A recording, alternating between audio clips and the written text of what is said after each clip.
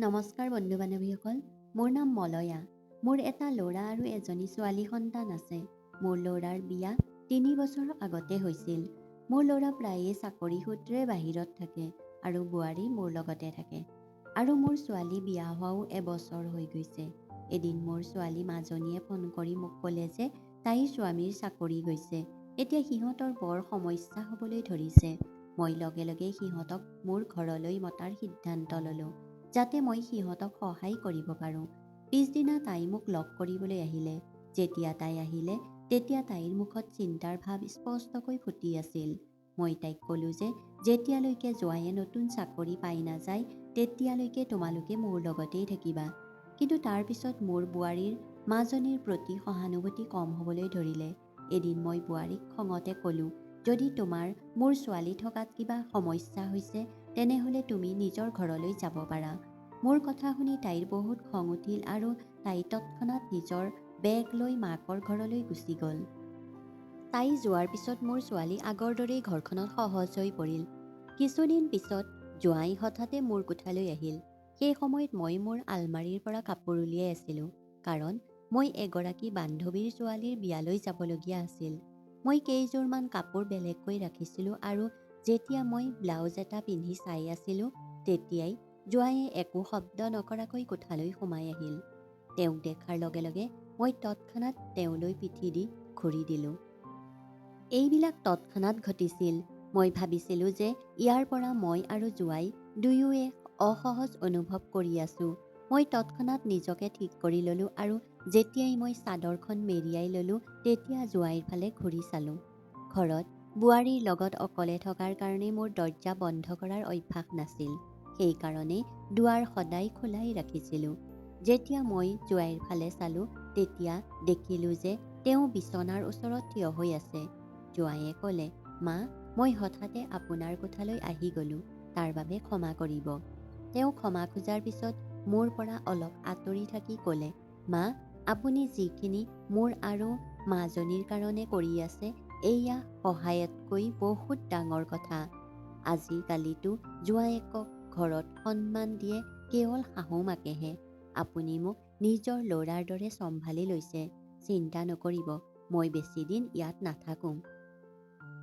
যিমান যি হ'লেও মই এইখন ঘৰৰ জোৱাই, আৰু জোৱায়ে শহুৰেকৰ ঘৰত বেছি দিন থকাটো ভাল নেদেখি মই সোনকালেই চাকৰি এটাৰ যোগাৰ কৰিম। মই জোৱাইক ক'লোঁ, বোপা, তুমি মোক ধন্যবাদ জনোৱাৰ প্ৰয়োজন নাই। আৰু তুমি এইখন ঘৰৰ একমাত্ৰ জোৱাই। তোমাৰ লাজ লাগিবলৈ কোনো কথা নাই। এইখন ঘৰক তুমি একেবাৰেই নিজৰ ঘৰ বুলি ভাবিবা। মোৰ কথা শুনি জোৱায়ে হঠাতে মোক সাবটি ধৰিলে আৰু ক'লে, মা, মই আপোনাৰ এই উপকাৰ কেনেকৈ পৰিশোধ কৰিম, এয়া ময়ো জানো। যেতিয়া জোৱায়ে মোক সাবটি ধৰিলে, তেতিয়া মই থৰ লাগি ৰ'লোঁ। যিমান যি হ'লেও তেওঁ মোৰ জোৱাই আছিল আৰু আমাৰ সম্পৰ্ক ইমান খোলা নহয়। মই ভাবিলোঁ যে এয়া হয়তো নতুন প্ৰজন্মৰ চাগে চিন্তাধাৰা, য'ত জোৱায়েকে নিজৰ শাহুৱেকৰ লগত কোনো কুণ্ঠাবোধ নোহোৱাকৈয়ে কথা পাতে। লাহে লাহে মোৰ মনলৈ কিছুমান অলাগতিয়াল কথা আহিবলৈ ধৰিলে। মোৰ এনেকুৱা লাগিবলৈ ধৰিলে মাজনী আৰু জোৱাইৰ মাজত সকলো ঠিক চলি থকা নাই। এদিন ৰাতি যেতিয়া মই মাজনীৰ কোঠাৰ সন্মুখেৰে পাৰ হৈ আহিলোঁ, তেতিয়া মই তেওঁলোকৰ কোঠাৰ পৰা খঙত কথা কৈ থকা শব্দ শুনিবলৈ পাইছিলোঁ। মোৰ বিশ্বাস হৈ গৈছিল যে তেওঁলোকৰ মাজত কিবা কাজিয়া চলি আছে। সেয়া শুনি মই চিধাই তেওঁলোকৰ কোঠালৈ গ'লোঁ। তালৈ মই গৈ দেখিলোঁ যে মাজনীয়ে তাইৰ স্বামীক গালি পাৰি আছে।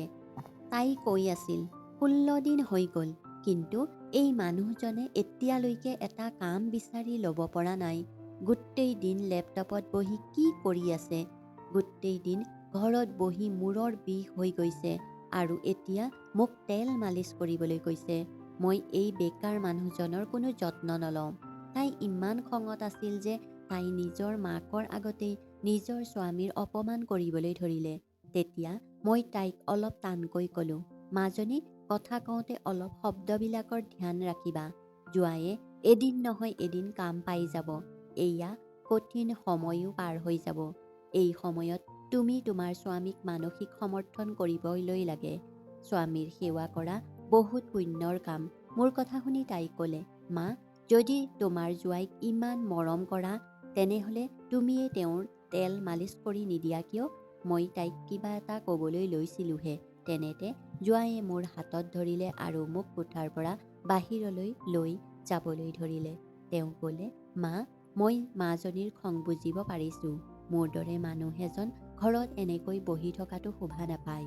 কিন্তু মইনো কি কৰিব পাৰোঁ? মোৰ সকলো প্ৰয়াস কৰাৰ পিছতো ভাগ্যই বেয়া। জোৱাইয়ে কথা কৈ থাকোঁতে তেওঁ চকুৰ পৰা চকু পানী বৈ আহিছিল। মই ক'লোঁ, বোপা, তুমি সাহস নেহেৰুৱাবা, সকলো ঠিক হৈ যাব। তাৰপিছত মই ক'লোঁ, তুমি এই বিচনাৰ কাষত বহা, মই তোমাক তেল মালিচ কৰি দিওঁ। তেতিয়া তোমাৰ মনটো শান্ত হৈ যাব আৰু তোমাৰ ভাল টোপনি আহিব। মই জোৱাইৰ মূৰটো মালিচ কৰিবলৈ ধৰিলোঁ। কেইমিনিটমানৰ পিছতে জোৱাইয়ে মোৰ হাতত ধৰিলে আৰু তেওঁৰ কান্ধত মোৰ হাতখন ফুৰাবলৈ ধৰিলে আৰু ক'লে, শাহুমা, আপোনাৰ হাতত সঁচাকৈয়ে যাদু আছে। কেইমিনিটমানতে মোৰ মূৰৰ বিষ নোহোৱা হৈ গ'ল। কি আপুনি মোৰ কান্ধতো অলপ তেল মালিচ কৰি দিবলৈ পাৰিবনে? যেতিয়া মই তেওঁৰ কান্ধত হাত ৰাখিলোঁ তেতিয়া মোৰ অলপ লাজ অনুভৱ হ'ল।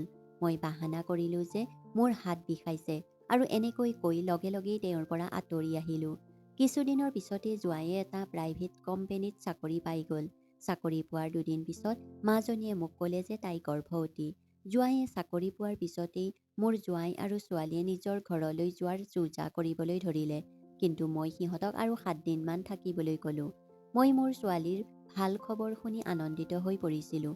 মোৰ ছোৱালীৰ ভাল খবৰ শুনি মই সিদ্ধান্ত লৈছিলোঁ যে মই আৰু কেইদিনমান তাইক মোৰ ওচৰত ৰাখিব লাগিব। মই দেখিছিলোঁ যে মাজনীৰ গা বেছি ভাল নহয়। মোৰ ছোৱালী আৰু জোৱাই দুয়ো বেলেগে বেলেগকৈয়ে থাকিছিল। মই তাইক সেই অৱস্থাত দেখি তাইক অকলে যাবলৈ দিয়া নাছিলোঁ। মোৰ মনত প্ৰশ্ন জাগিছিল যে কি তাই অকলেই তাইৰ স্বামীৰ কাৰণে ঘৰৰ সকলো কাম কৰিব পাৰিবনে? সেইকাৰণে মই সিদ্ধান্ত ল'লোঁ যে যেতিয়ালৈকে মাজনী ঠিক হৈ নাযায় তেতিয়ালৈকে তাইক কেইদিনমানৰ কাৰণে মোৰ লগতেই ৰাখিম। দিন বাগৰিল আৰু জোৱাইয়ে অফিচলৈ যাবলৈ ধৰিলে। ৰাতিপুৱা মই তেওঁৰ কাৰণে টিফিন বনাই আছিলোঁ। যেনেকৈ মই জোৱাইৰ যত্ন লৈছিলোঁ তেনেকৈ তেওঁ মোৰ যত্ন ল'বলৈ ধৰিছিল। সন্ধিয়া যেতিয়া জোৱাইয়ে অফিচৰ পৰা ভাগৰি ঘৰলৈ আহিছিল তেতিয়াও তেওঁ ৰাতিৰ খানা বনাওঁতে মোক সহায় কৰিছিল। চাওঁতে চাওঁতে মোৰ ছোৱালী আৰু জোৱাই ইয়াত থকা এমাহ হৈ গৈছিল। গৰ্ভৱতী হোৱাৰ কাৰণে মাজনীৰ মুড সলনি হ'বলৈ ধৰিছিল। জোৱাইয়ে এই বিষয়ে বিশেষ একো নাজানিছিল আৰু সেইকাৰণে সিহঁতৰ মাজত কাজিয়া হ'বলৈ ধৰিছিল। সদায় তেওঁলোকৰ মাজত হোৱা তৰ্ক মই শুনিছিলোঁ। কিন্তু মই ভাবিছিলোঁ যে এয়া সাধাৰণ স্বামী স্ত্ৰীৰ মাজৰ কাজিয়া। সেইকাৰণে মই বেছি ধ্যান নিদিলোঁ। কিন্তু এদিন ৰাতি জোৱাইয়ে মোৰ কোঠালৈ আহিল আৰু মোক ক'বলৈ ধৰিলে, মা, এতিয়া মই মাজনীৰ লগত একেটা কোঠাতে এখন বিচনাতে শুব নোৱাৰোঁ। কাৰণ মোৰ হাতৰ অলপ স্পৰ্শ হ'লেও তাই বিৰক্তি অনুভৱ কৰে। তাইৰ এই খিংখিঙীয়া স্বভাৱৰ কাৰণেই মোৰ গোটেই নিশা টোপনি নাহে। যোৱা 3 দিনৰ পৰা অফিচত কাম কৰি কৰি মোৰ চকুও ফুলি গৈছে। মই জোৱাইক ক'লোঁ, বোপা, তাই যিটো স্থিতিত আছে কেতিয়াবা কেতিয়াবা মহিলাসকলক এনেকুৱা স্থিতিত খিংখিঙীয়া হৈ যায়। মই জোৱাইক বুজালোঁ যে তেওঁ তেওঁৰ পত্নীক বুজিব লাগিব। কিন্তু তেওঁ ক'লে, মই তাইক বুজোঁ, কিন্তু মোৰোতো জিৰণিৰ কথা আছে। যদি মই ভালকৈ জিৰণি নলওঁ তেনেহ'লে মই অফিচত ভালকৈ কেনেকৈ কাম কৰিম? তেতিয়া তেওঁ আকৌ ক'লে, মা, আপোনাৰ যদি একো অসুবিধা নহয় তেনেহ'লে কি মই আজি আপোনাৰ কোঠাতে শুব পাৰিমনে? মই লগে লগে হ'ব বুলি নক'লোঁ। কিন্তু মই দেখিলোঁ যে জোৱাইৰ ওচৰত মোৰ ওচৰত সহায় বিচৰাৰ বাহিৰে আন কোনো উপায় নাছিল। সেইকাৰণে মই একো সন্দেহ নকৰাকৈ জোৱাইক মোৰ কোঠাত শুবলৈ দিলোঁ। মই ভাবিবলৈ বাধ্য হ'লোঁ যে জোৱাইয়ে মোৰ কোঠাত শোৱাৰ উদ্দেশ্য কি আছিল। সেই নিশা যেতিয়া জোৱাই মোৰ কোঠাত শুলে তেতিয়া গোটেই নিশা মোৰ টোপনি নাহিল। কাৰণ ইয়াৰ আগতে মই কেতিয়াও জোৱাইৰ ওচৰত ৰাতি কটোৱা নাছিলোঁ। জোৱাই কোঠাত থকাৰ কাৰণে মই বেলেগে কাপোৰ সলাই নল'লোঁ আৰু শাৰী পিন্ধিয়ে শুই গ'লোঁ। গোটেই নিশা শাৰী পিন্ধি থকাৰ কাৰণে মোৰ টোপনি নাহিল। পিছদিনা ৰাতি যেতিয়া মই শুবলৈ গৈ আছিলোঁ তেতিয়া তেওঁ ক'লে, শাহুমা, কালি নিশা আপুনি শুব নোৱাৰিলে। মই গম পাইছোঁ। মই আপোনাক আগতেও নাইটিত দেখিছোঁ। আপুনি মোক লাজ কৰাৰ কোনো প্ৰয়োজন নাই। যদি আপোনাৰ গোটেই নিশা শাৰী পিন্ধি থাকিবলৈ অসুবিধা হয় তেনেহ'লে আপুনি সদায়ৰ দৰে নাইটি পিন্ধি শুবই পাৰিব। মোকো আপোনাৰ জোৱাই বুলি নহয়, আপোনাৰ পুত্ৰ বুলি ভাবিব। এয়া সত্য আছিল যে গোটেই নিশা শাৰী পিন্ধি থকাৰ কাৰণে মোৰ টোপনি অহা নাছিল আৰু আজি মই বিচৰা নাছিলোঁ যে আজি আকৌ গোটেই নিশা জাগি থাকোঁ। সেইকাৰণে মই কাপোৰ সলাই ল'লোঁ। যেতিয়া মই কাপোৰ সলাই আহিলোঁ তেতিয়া জোঁৱায়ে মোক নাইটিত দেখি ক'বলৈ ধৰিলে, মা, এই কাপোৰত আপোনাক একেবাৰে মোৰ শাহুমাৰ দৰে লগা নাই। আপুনি নিজকে বহুত যত্নত ৰাখে। তেওঁৰ কথাত মই মিচিকিয়াই হাঁহিলোঁ আৰু নিজৰ বিচনাত শুবলৈ গুচি গ'লোঁ। পিছদিনা ৰাতিপুৱা মই পাকঘৰত বাচন বৰ্তন ধুই গা ধুবলৈ বাথৰুমত গুচি গ'লোঁ। যেতিয়াই মই বাথৰুমত সোমালোঁ চাবোনৰ পানীত মোৰ ভৰি পিছলি গ'ল আৰু মই পৰি গ'লোঁ। পৰাৰ লগে লগে মোৰ কঁকালত বিষ হ'বলৈ ধৰিলে আৰু মই নিজেই উঠিবলৈ পৰা নাছিলোঁ। মই মাজনীক মাত লগালোঁ, কিন্তু তাইৰ কোঠাৰ পৰা ওলোৱা নাছিল। তাৰ পিছত জোঁৱায়ে দৌৰি মোৰ কোঠালৈ আহিল। তেওঁ মোক বাথৰুমত পৰি থকা দেখি লগে লগে ভিতৰলৈ আহিলে আৰু মোক উঠাই বিচনালৈ লৈ গ'ল। সেই সময়ত মোৰ কঁকালত বহুত বিষ হৈ আছিল। জোঁৱায়ে লগে লগে মোক পানীৰ গৰম কৰি বটল এটাত ভৰাই মোক দিলে। মই দেখিলোঁ যে তেওঁ অফিচলৈ যাবলৈ সাজু হৈ আছিল, কিন্তু মোৰ জোঁৱায়ে মোক সহায় কৰোঁতে তেওঁ অফিচৰ কাপোৰো তিতি গৈছিল। জোঁৱায়ে মোক সহায় কৰাৰ সময়ত এটা মুহূৰ্তৰ কাৰণেও সেইবিলাকৰ ওপৰত ধ্যান দিয়া নাছিল। মাজনী কিছু সময়ৰ পিছত মোৰ কোঠালৈ আহিল, কিন্তু তাই মোক একো সহায় কৰিব পৰা নাছিল, কাৰণ তাই গৰ্ভৱতী আছিল।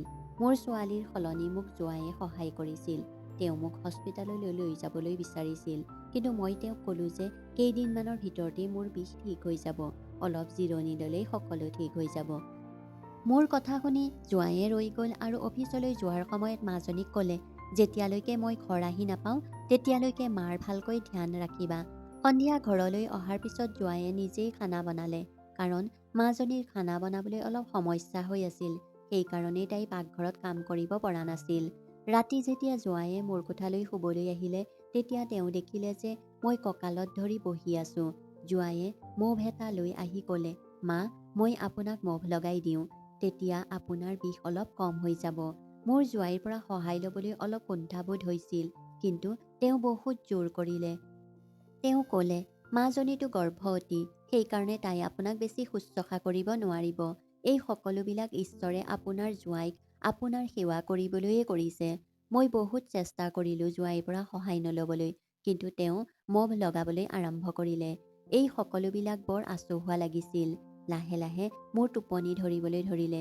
যেতিয়াই বাৰে বাৰে জোঁৱাইৰ স্পৰ্শ হয় তেতিয়াই মই বুজিবই পৰা নাছিলোঁ। মাজনিশা যেতিয়া মই টোপনিৰ পৰা সাৰ পালোঁ তেতিয়া দেখিলোঁ যে জোঁৱায়ে মোৰ একেবাৰে কাষতে লাগি শুই আছে। ইমানেই নহয়, বৰঞ্চ আমাৰ দুয়োৰে চাদৰো একেখনেই আছিল। মই তেওঁক বেয়া পোৱা যেন কৰি দেখালোঁ, কিন্তু তাৰ পিছতো তেওঁ নিজৰ ব্যৱহাৰৰ ওপৰত ধ্যান নিদিলে। পিছদিনা যেতিয়া মোৰ কাহ হ'ল তেতিয়া জোঁৱায়ে লগে লগে মোৰ পিঠিত হাত ফুৰাবলৈ ধৰিলে। মোৰ কাহ নাইকিয়া হৈ গ'ল, কিন্তু তেওঁৰ হাত বহু সময় মোৰ পিঠিত তেনেকৈয়ে আছিল।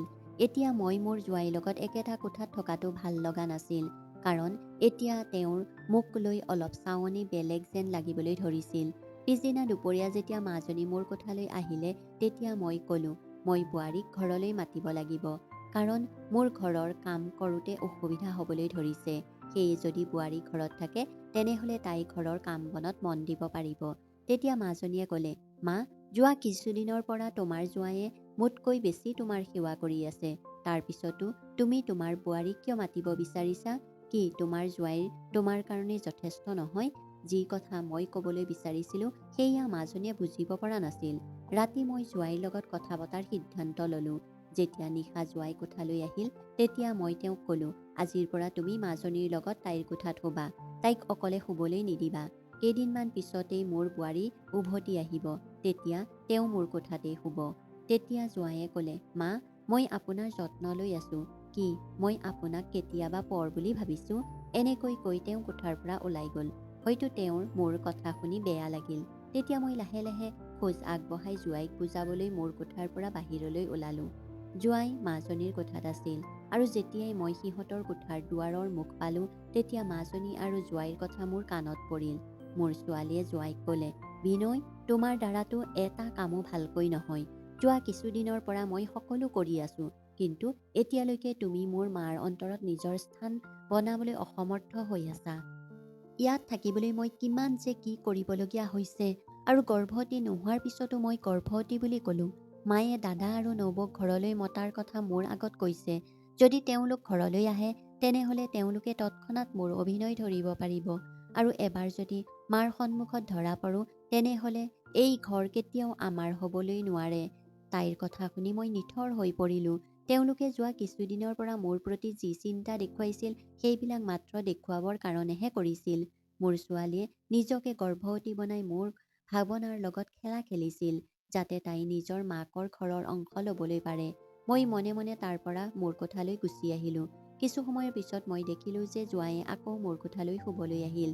পিছদিনা ৰাতিপুৱা নাস্তা কৰাৰ সময়ত মোৰ ল'ৰা আৰু বোৱাৰীক দেখি জোঁৱাই আৰু মাজনী আচৰিত হৈ পৰিল। মাজনীয়ে সুধিলে, মা, তুমি সিহঁতক ইয়ালৈ কিয় মাতিলা? তেতিয়া মই ভাবিলোঁ যে এতিয়া মই মোৰ কথা কৈ দিয়া উচিত।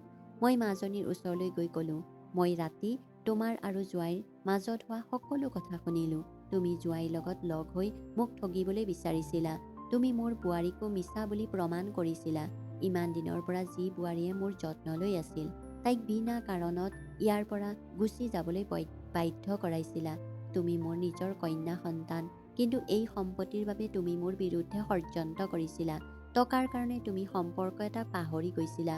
মই তাইক ক'লোঁ, এই ঘৰৰ ইটা এটাও তোমাৰ নামত নহয়। যিয়ে মোৰ চোৱা চিতা কৰিব তেওঁৰে এই সম্পত্তি হ'ব। ভুল মোৰেই আছিল, যিয়ে বিবাহিতা ছোৱালীজনীক বাৰে বাৰে মাকৰ ঘৰলৈ মাতিছিলোঁ। মাক বাপেকে নিজৰ ছোৱালীৰ বাবে কিমান কষ্ট, কিমান খৰচ কৰে, তথাপিও ছোৱালীৰ প্ৰতি কৰ্তব্য কেতিয়াও শেষ নহয়। কিন্তু যেতিয়াই সিহঁতে ওলোটাই কথা ক'ব পৰা হয়, তেতিয়াই সদায় আমাক প্ৰশ্ন কৰে, মোৰ কাৰণে কি কৰিলা? মই ভাবিছিলোঁ যে তোমাৰ দৰে লোভীয়া ছোৱালীৰ বাবে মই একো কৰিব নোৱাৰোঁ, কিন্তু এটা কাম কৰিব পাৰোঁ, তোমাক মোৰ পৰা দূৰত ৰাখিব পাৰোঁ।